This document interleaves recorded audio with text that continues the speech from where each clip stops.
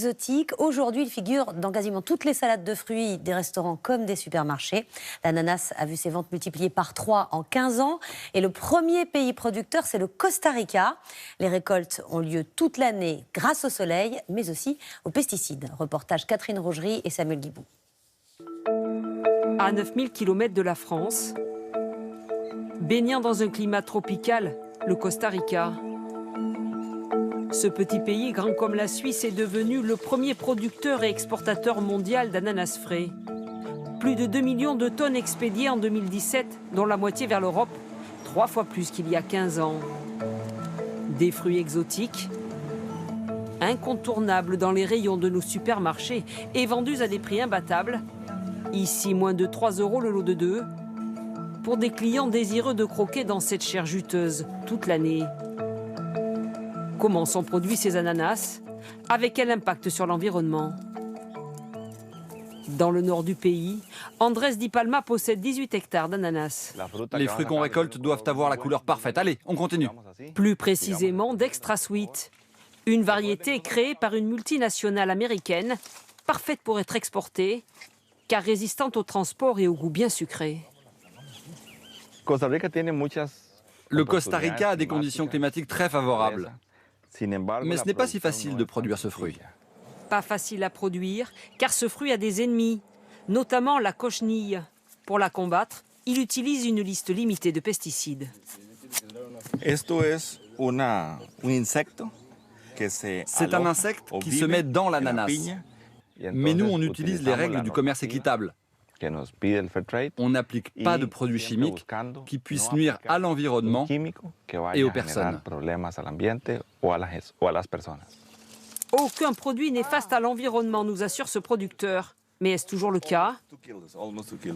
Non, si l'on s'en tient aux chiffres. Le Costa Rica est l'un des plus gros consommateurs de pesticides. Il en utilise 6 fois plus que la France. En cause, selon ce défenseur de l'environnement, les grandes firmes qui concentrent près des 3/4 de la production d'ananas au Costa Rica. Aucune n'a donné suite à notre demande de tournage. Ce sont les grandes multinationales qui utilisent les techniques les plus agressives. Le problème majeur, c'est que ce sont des produits qui se diluent très bien dans l'eau, donc s'infiltrent dans les sols et ça va dans les nappes phréatiques. Des produits épandus par tracteur sur des parcelles entières. Une culture à grande échelle pour produire toujours plus. En 10 ans, les surfaces ont été multipliées par au moins 4. Une industrialisation de l'agriculture qui impacte aussi des éleveurs, comme Guido Poros Quesada. Ces dernières années, il a vu son troupeau décimé, passant de 60 à 25 bêtes. Le problème est que quand il coupe l'ananas, il laisse les feuilles comme ça dans la nature. Cela pourrit et cela attire les mouches. Des mouches qui se nourrissent du sang des vaches et des veaux. Contrairement à d'autres éleveurs, et malgré les difficultés, lui ne cédera jamais ses terres. Alors est-il possible de produire autrement des ananas au Costa Rica? C'est le pari de Belicio Quesada. Pendant 30 ans, il les cultivait de façon conventionnelle. Mais après un infarctus lié selon lui aux pesticides, il s'est converti au bio.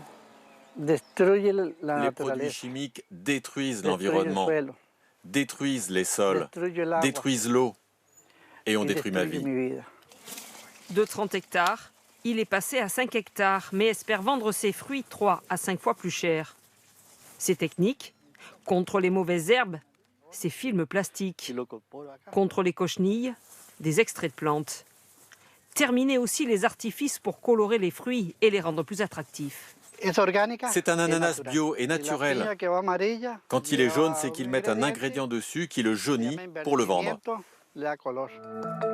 Avec 3% des surfaces dédiées, la production d'ananas bio reste encore marginale, mais elle progresse.